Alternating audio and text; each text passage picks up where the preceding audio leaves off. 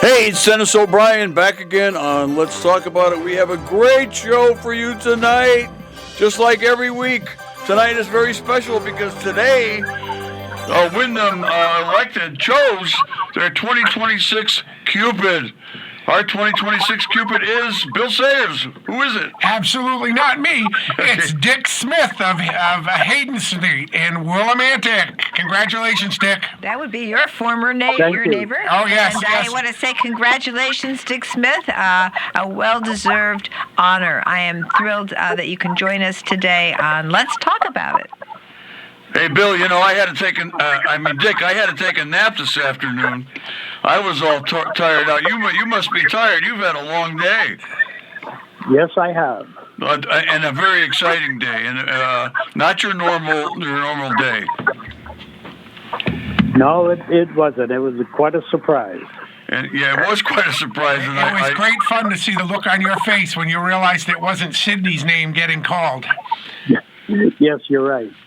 Yeah, well, it was you got to hand. I think Laura came up with the idea. I'm not sure, but yes, I think she did. It was Laura and Sydney, and the women did it. They did a great job, and wow, we had a great crowd there today. And unfortunately, Susan Johnson couldn't be there because she was busy with legislation, but. She wanted to be there, and she would have been there with a bright red jacket that she's wearing now. Yeah. But we were real happy. We were real happy that you were chosen, Dick. Thank you very much.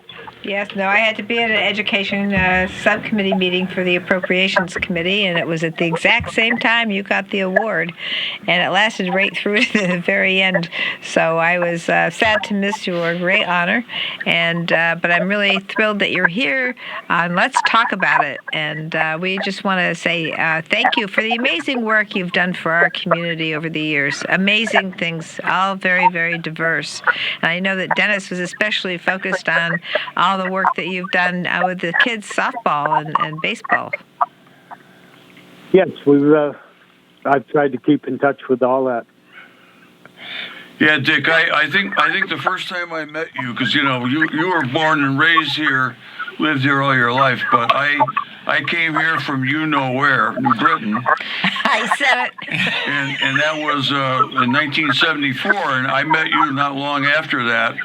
You were the director of Willie Mac, and I showed up at a meeting, and you were running a meeting of all these guys, and you did a great job of running the meeting. It was almost like a Democratic Town Committee meeting, only tougher, because some of these guys were pretty tough. They had a lot of questions, and that's when I first met you. You were running Willie Mac and doing such a great job. It was a great organization. We all played a lot of ball and had a lot of fun, and it wouldn't have happened without you, and I really appreciated that.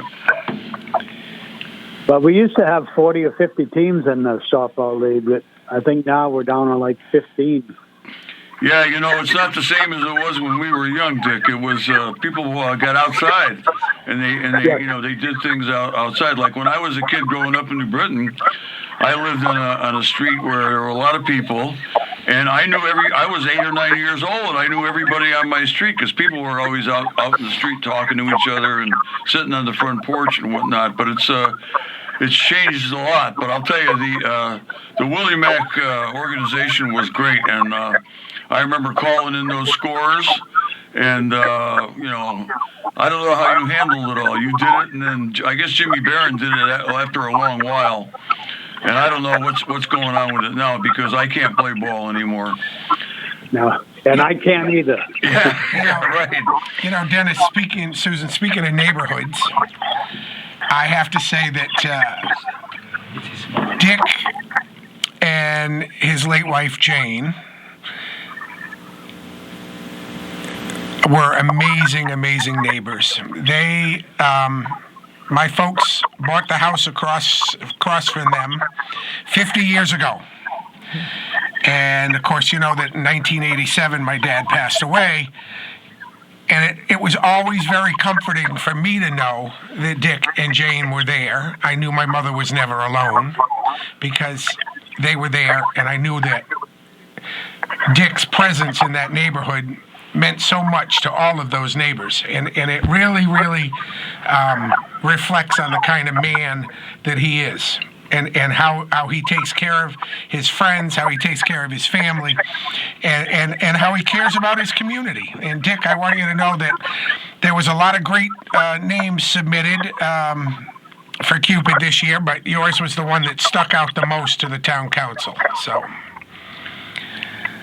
Yeah, Bill was lucky, Dick, because he got a chance to vote because the town council selects the Cupid, and you know, you had folks behind you. From what Tom DeVivo told me, it was pretty much 100%.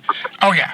No, the town council saw I think you had 5 or 7. I can't remember letters of recommendation that came in, and that was just just an amazing number.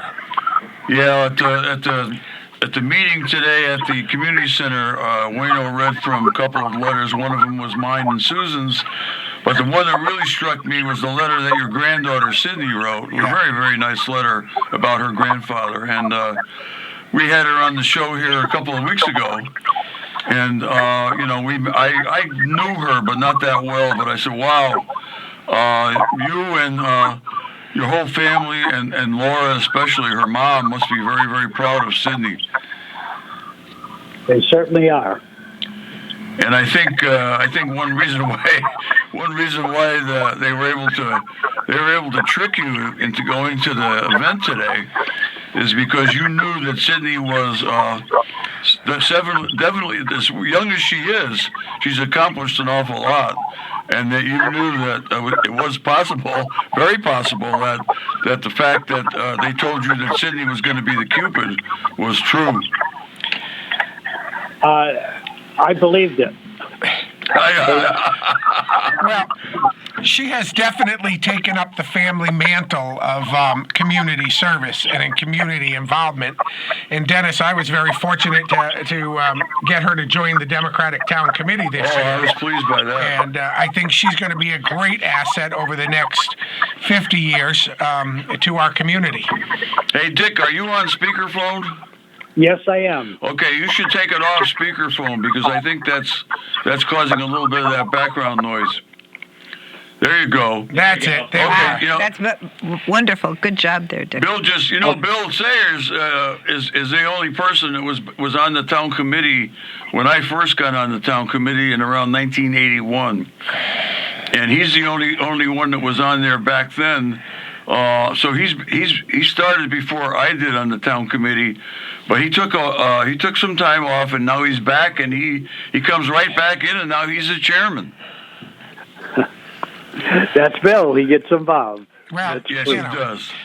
You can't do it halfway, right, Dick? That's right. That's it. That's right. Yep. I don't know if you remember this, but I wrote in my letter, Dick, that after I met you at Willie Mac and going to all those meetings and being down at Rec Park, I ran for a seat on the town committee. We had everybody wanted to be on the town committee back then. We had 50 members. And we had a contest for seats on the town committee, and I think somebody got off the town committee. I had run for the town committee, and I lost.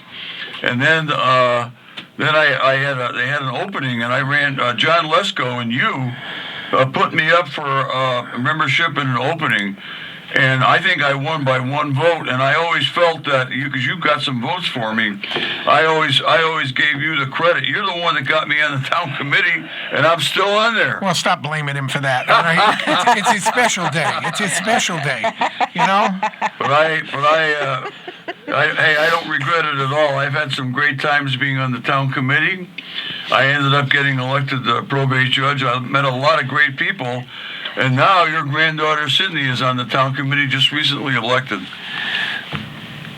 Yeah, I think she's going to be a great asset. And as she said to me, she's just following in her papa's footsteps. That's wonderful. She was a great guest on our radio show and talking all about agriculture and geography, agricultural geography. What a fascinating and amazing analysis that she's been able to put together in her work. And it's such a great thing, and it fits in so nicely with all the work that this community is doing and all the work that you did did as a grandfather, making sure people had resources and connecting everybody in the community. Still to this day, working to help our people with things that they might need, and so it's really a great legacy that you've created in terms of the work that she's doing today, which is wonderful and scientific and very, very helpful. Fascinating information that she provided to us. Wow, she's an amazing person. Yes, I call her Dr. Clements. She's the only doctor in the family. She is a doctor. That's Yes, a great she is. thing. She deserves that too. Let me tell you. Yes, she does. She That's does. right. Yeah. So every summer we would gather at the Smith's house. There must have been a couple hundred of us from all over town. We'd have the pool and we'd have the barbecue, and then Christmas time, he'd have everybody back again. And that sort of morphed into the toy drive that Dick and his family do every year at Christmas time. And due to his contacts at the police station, there's always a cruiser there to stuff, and Santa Claus is there. And believe it or not, there is other guys who can play that other than me. And so he has really turned the family home into a great community center, and really grown that program. So now they stuff the cruiser 2, 3, 4 times. Wow, that's phenomenal, really. Always helping the kids in Wyndham. That's been a great point of emphasis for Dick and his late wife Jane. What a wonderful thing to do on your street and in that neighborhood. You've got wonderful neighbors there, and you have the football field. Oh yes, Kyle Field. Yeah, so it's a great spot, really, and wonderful community spot on Hayden Street. You know, I guess the person in your family I know next best to you is Laura, because I met Laura when she was only 14. And she was playing softball in the new Little League softball program, and boy, was she a good player. And not only was she a good player, she was also a leader among the girls, because, 14-year-old girls can be difficult. And I had some difficult kids there, but one of them was not Laura Smith. Laura Smith was always good. She was always a pleasure to coach, and an excellent athlete. And I still, every once in a while I see Laura, and I'm always happy to see Laura because she's such a nice person, and I think she's a great credit to you and Jane. I mean, as parents, she's been so successful in her profession as a nurse, and a very, very, very nice person. Well, she does have 3 brothers. Yeah. Stephen, John, and Eric. John and Eric have done quite well. Stephen, well, I hope you're listening. We're rooting for you. And the whole family is very, very successful. Seriously, and it's a testament to the way their parents raised them.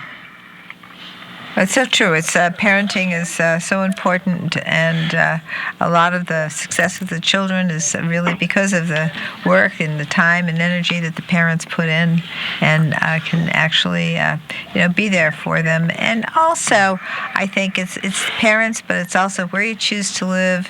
So the neighborhood is very, very important. Participating in how the neighborhood works is exactly what Dick Smith was doing and continues to do.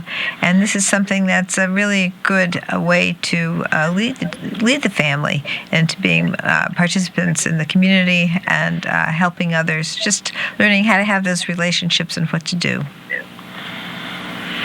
Well, we've tried our best down through the years, that's for sure. Well, you've succeeded. You've succeeded. You really have.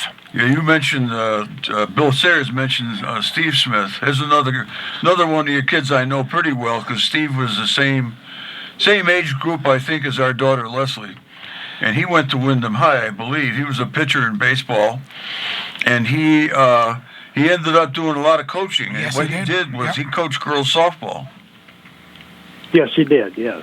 Yeah, he did. I don't know if he's still doing that, but he was coaching. I think he wasn't coaching Wyndham Tech for a while, and then E.O. Smith maybe. Yes, he did. He had to get out of it because of his health and work commitments. Yeah.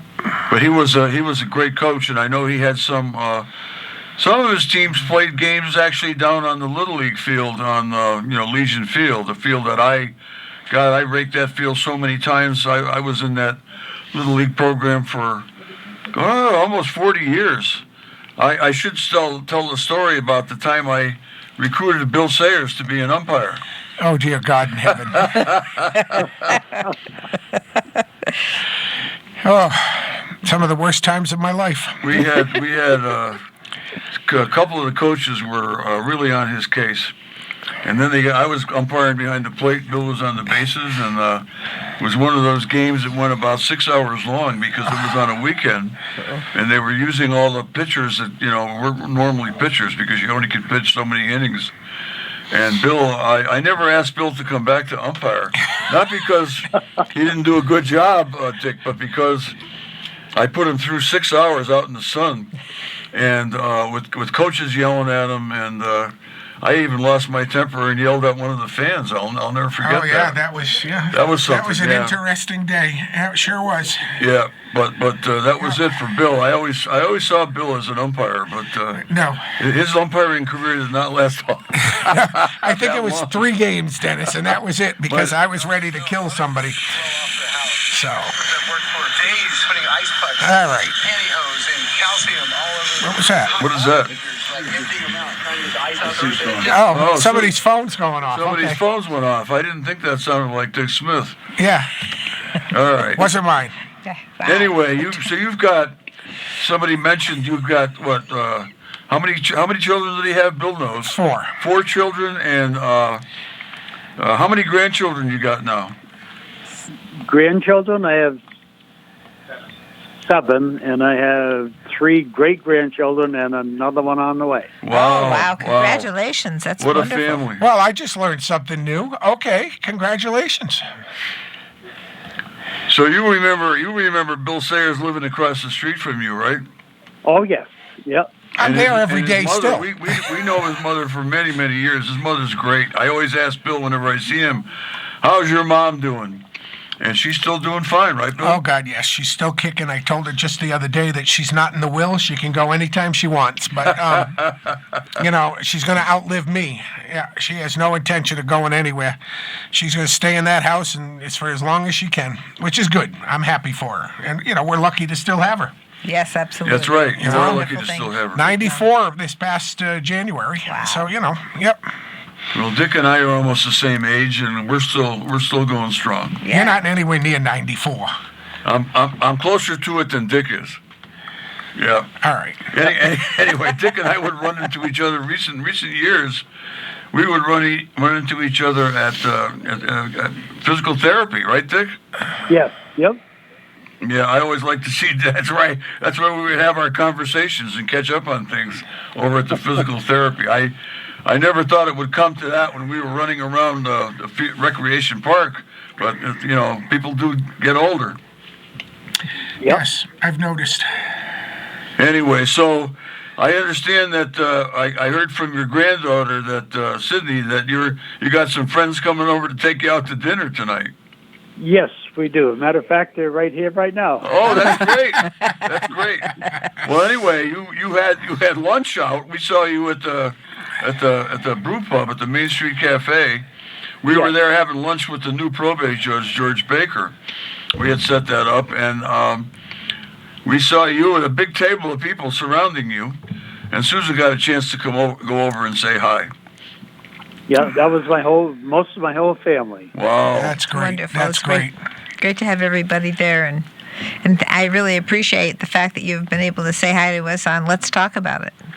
Okay, and I want to say thank you for everybody on the committee for naming me as Cupid also. Well, It was a surprise. Well, good. I'm glad that not only was it a surprise, but it's definitely a well-deserved recognition. And continue to do the work that you do for as long as you can. I think that I think not only do you enjoy it, but you know how much joy it brings to other people. So thank you, Dick. Okay, thank you very much. Okay, Dick. If you're all ready to go out to dinner, we're not going to stop you. You can go, but I just wanted to say thank you so much for calling in and talking to us. It was great to have you on. We have a tradition where we always have the Cupid on a Friday night show because it's always a Friday event. And I was I don't make it down to all those ceremonies. I was also pleased that Wayno was able to make it because I know you and Wayno are old friends from way back. Yes, we are. Yep. Yep. Okay, so you have yourself a great time tonight, and you make sure you get a good night's sleep. Yeah. 'Cause you're going to need it after today. UConn tomorrow at 1. Are you going to the game? No, I don't have tickets for that. Oh, okay. Well, celebrate the happy romantic Willimantic weekend. Enjoy your time out, and thank you for the amazing work that you've done for the community. You are very much appreciated. Most definitely. Most definitely. Thanks a lot, Thank Dick. you. Thank you. Yeah, thank you very much. Have a great evening, and say hi for us all to all your friends and relatives. Okay. I will. We Thank love you all. Thank We you. love the great commitment you all have made to the community, and that's this is an award not just to you, it's to your family. You got a great family. Yep. But Thank you. you're more you and Jane are more responsible for it than anybody. So enjoy. Okay, thank you. Have a great night. Yeah. You Bye too, now. Dick. Okay, goodbye. Go to a break. Okay, we're going to take a break now, and we'll be back after the break talking with Bill Sayers about just about anything. Sounds good to me. And this is Dennis O'Brien with Bill Sayers and Susan Johnson and our very special producer. What do you call him? Oh, that's Grand the Poobah? the Sultan of Radio, Okay. Matt Rupar. Matt Rupar. We'll be right Matt. back, folks. Welcome back, everyone. This is Susan Johnson. I'm here with my co-host Dennis O'Brien and our very special guest. We had Dick Smith, the Cupid, and we also have Bill Sayers, Councilman Bill Sayers, also someone who is on the Water and Sewer Authority. He does great work all over the town of Wyndham, and he is busy, busy, busy, aren't you, Bill? Yes, I am. Yes, I am, and I love every minute of it. Yeah. You know, I think that we here in Wyndham, we have some very, very special services that you can't beat. Our water is top notch. It's gotten awards. And Many yeah. awards, Yeah. and our water department employees have gotten, the entire department. I think it was a small department of the year or something like that a couple years ago, and of course, David Dryhall's running the water treatment plant right now. He and his crew are doing amazing work down there. The effluent rates and the discharge rates are below national standards on Fabulous. a regular basis. So important to the environment to Yes, have it those is. kinds of outcomes in terms of how we manage our waste and Yeah. how we make sure that the water that comes into our homes is excellent water and it tastes great. And it's really been quite a great deal of improvement over the years with all the different types of equipment that you have there now in the waterworks. Yes. Yep. We're very, very fortunate. And we're very fortunate in the fact that our guys can get right out there. Mm-hmm. They can correct a broken pipe in a day. We keep enough material on hand that we are ready to repair a water main break in that day. We've seen other municipalities around the state that have had to fight. Well, a lot of that also has to do with the fact of the size of their pipes. Right. So we're very fortunate in the fact that we have a very manageable system, and we have a group of guys who are not afraid to work. And boy, they get in there and get that work done quickly. They do. We had a water main breakdown in November, and it started. I guess we were away, and when we came home, we noticed there was no water. And but by the time the next day rolled around, they'd worked all night, and we had water the next morning. So we know that they do great work. And the other thing is, I just want to mention, this water system that we have here has been in existence since the 1880s. 1880s. I mean, we were one of the first places in Connecticut, anyway, to have a water facility for the neighborhoods. Yep. And which was really, really a wonderful thing. Well, this is one of the industrial revolution towns. It really got built up during the worldwide industrial revolution, which of course started in England. And you got all this industry going on. You got a lot of people living here that work in the factories, and I come from a town. I will not name it, but I will come from a Connecticut town that has great water too. In fact, I never had better water until I came to Willimantic, because the New Britain water was excellent. Well, I got to tell you, we are lucky. Yeah. We are lucky. The town of Wyndham is lucky. I look at other towns. I was in East Hampton recently looking at a piece of property for renovation or restoration, and I couldn't get over the size of the water purification system that had to be in the basement. Yeah. To purify the water and to stabilize the water that was coming out of the ground before it could even go up to the sink. It was amazing. They have well water, of course. Yes, they have Like well water, most places in Connecticut, really. Yeah. So we're extremely lucky, and we're lucky that the water department thinks ahead, and we've been lining a lot of our pipes over the years so that there's less breakdown of the pipes. There's less debris in the pipes. Cleaner. And one of the major things that we do is biannual hydrant flushing. Yeah. That really gets the debris out and gets it moving and doesn't allow it to settle in the pipes. So that's a good thing. And on the other hand, we have the Water Pollution Control Authority that right now is having the entire town videotaped and photographed. All of our pipes are being done. A lot of our pipes are very, very old. The sewage pipes, by the way, are asbestos. So they get soft, they get squishy. We have to go in and we have to line those pipes. So we're spending a lot of your money right now and having all of our piping videotaped so that we know where the bad spots are and where we need to go in and repair to avoid breakdown. Yeah, it must be amazing the way they do the videotaping. It's probably the same way they do it when you have a colonoscopy with that thing that they put in there with the light on the end of it. Well, right? you might see the big white truck. Susan's looking at me with a raised eyebrow.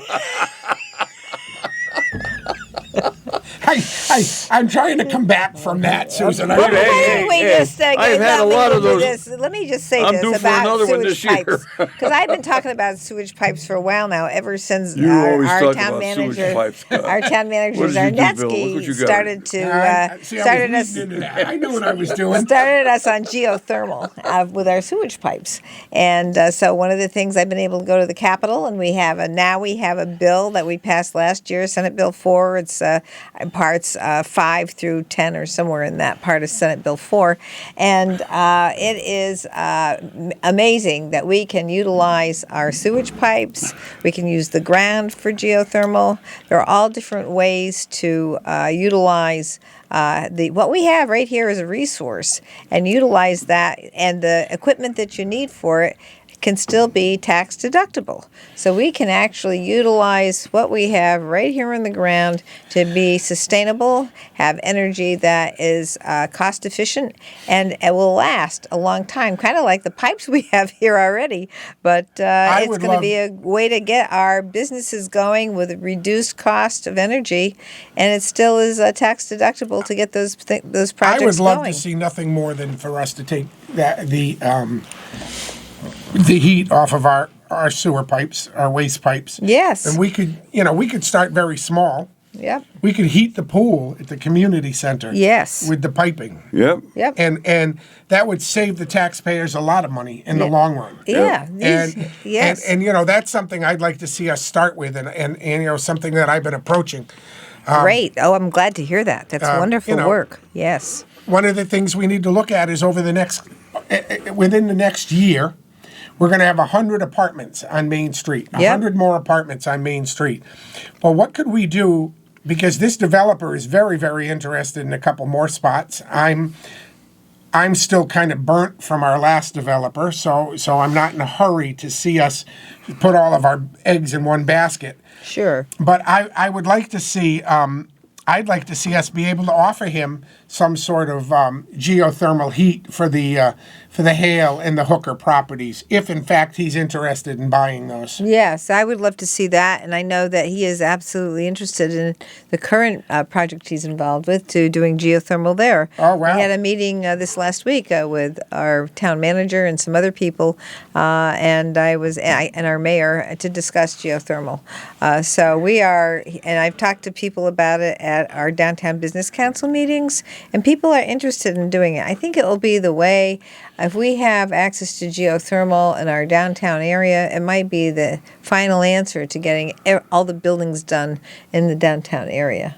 Because it's low cost. Once the equipment's in there, the cost of utilizing the geothermal and how it lasts, the equipment generally lasts a long time. So It's I'm looking forward to it. I think this is a great idea. I'm so happy that you have taken the lead on that here in Wyndham and in Hartford, because it's a great opportunity for the citizens of this state to take advantage of. It really is. And I'm so thrilled too that we have people here that have the energy, no pun intended, to bring this thing throughout the state of Connecticut. So we have Peter Millman, who has been working creating the TENS for thermal energy for Connecticut group, and he has meetings every single month to actually discuss where and how to do thermal energy projects. And some of them are in Framingham, Massachusetts, and at some point we should go and take a tour. I'm very interested in that, yes. Yeah, and some of them are right here in Connecticut. I know Manchester has been setting up itself, and of course the great project with Representative Steve Winter, who I've been able to work with on geothermal legislation at the Capitol, has gotten the whole New Haven rail station and a little more than 2,000 housing units put together for geothermal. That is fantastic. And they are housing authority. So that's going to mean people that are in our housing authorities, a low-income population that has limited amount of funding, they will have more money because the cost of their energy will be lower. And so that means they'll be able to spend more in the local community, which helps keep the community growing. And they've already done geothermal in Wallingford, and Representative Mary Mashinsky has been very, very actively involved in that, and their housing authority has geothermal. So there's all kinds of ways to utilize this technology, and right now it's the one thing that you can still get a tax credit with from the federal government. So for the equipment. So For the time being, anyways. I think it's been underground to the point where it hasn't been noticed. Okay, good. Well, I think with your leadership and, of course, Senator Flexer's help, we can do great things in Wyndham. One of the things that I'd like to see us do is I'd like to see us create a zone from Jackson Street to High Street and Valley Street to Pleasant? Valley to Riverside Drive area, so that we can include all of that. You know, and we can work for grants and we can work for assistance. I think that would be a good idea. I think it's a great idea, and it's also a wonderful way to get businesses involved, because there may be ways that businesses can be involved. And so if we talk to Stop and Shop, for example, we talk to our Housing Authority executive director about this. I've already talked to her about it, Kim Haddad. I'm sure she's on board. She is, absolutely. She would love to be able to work on that. But we got Stop and Shop there. We've got the hospital there. There are big, big places right there. That would be a great way to work with them to try and figure this out so that we'll be able to get geothermal in that area. Well, that would be great. The other thing that Massachusetts has done is they have a proposed bill that hasn't been passed yet in Massachusetts, but I'd like to see that happen here, is every time a road is dug up in Massachusetts, the proposal is to put the geothermal pipe in. And that way, whenever the buildings are ready to be built and change their energy system, the pipe will be there already to operate. Wow. One thing that Susan makes a big thing of, when she talks about geothermal, which she does a lot, Okay, to Got probably. me going. I know Susan well enough to know that she probably jumps right on this. So Oh yeah. She when she first met our new town manager, she was aware of the fact that he is a big advocate for geothermal, and he knows quite a bit about it, right, Susan? Well, what happened is I really didn't know him at all. I had no idea that he was interested in geothermal, and I went to talk to the council about my plans for the next session, which was last year. And I mentioned geothermal and how I thought that this would be a great thing, and how I already talked to the sustainable subcommittee for the town council, and that I had been in connection with a brand new state representative, Representative Winter from New Haven, and that we would be working together to create this legislation. And so as I'm walking out the door, this man hands me his card, says he's very interested in geothermal as well. And I thought, interesting. So then I thought, I see the Chronicle about 2 weeks later, and the same guy that gave me the card was becoming the town manager. And so I thought, wow, this is a great way for us to have somebody who understands geothermal technology involved with this. So I was able to get this legislation done, and Representative Winter had been working with Yale University to create the geothermal network that he created with the New Haven rail station and the 2,000+ units in the Housing Authority in New Haven. And there had been some work to try and take away that from the federal government. However, because he's involved with Yale, I think Yale helped out a lot in keeping the money, and they were able to continue it. Plus, it was not even mentioned in the bill that had passed in July, which we're all going to be struggling with for years because of the reductions in the Medicaid program.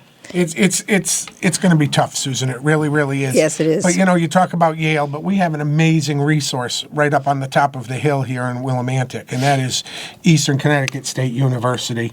And we have some brilliant people there, and I'm certain that they can help us just as much.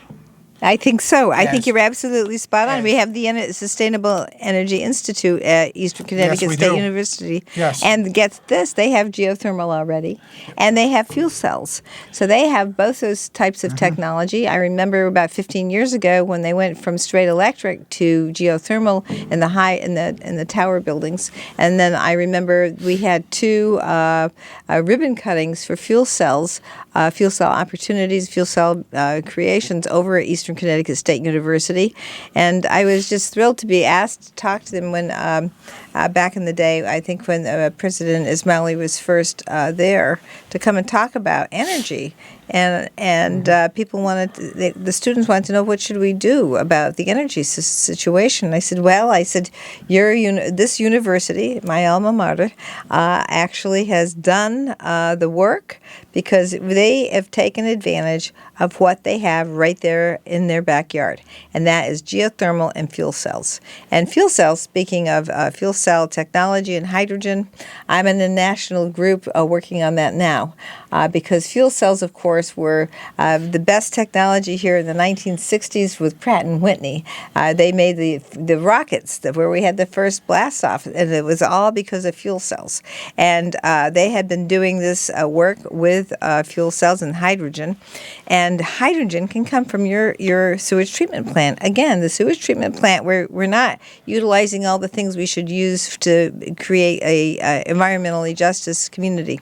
By taking the emissions from the sewage treatment plants, you can get hydrogen, and either to run rails or to run, energy. Hydrogen is a great product. We could do rocket liftoffs from Rec Park. We could, That prove interesting, right? nevertheless- Right there. I'm all for that. Hydrogen. I contribute to that hydrogen as much as I can. A lot of people do. In fact, it's a uniform thing, especially if you got sewage treatment plants.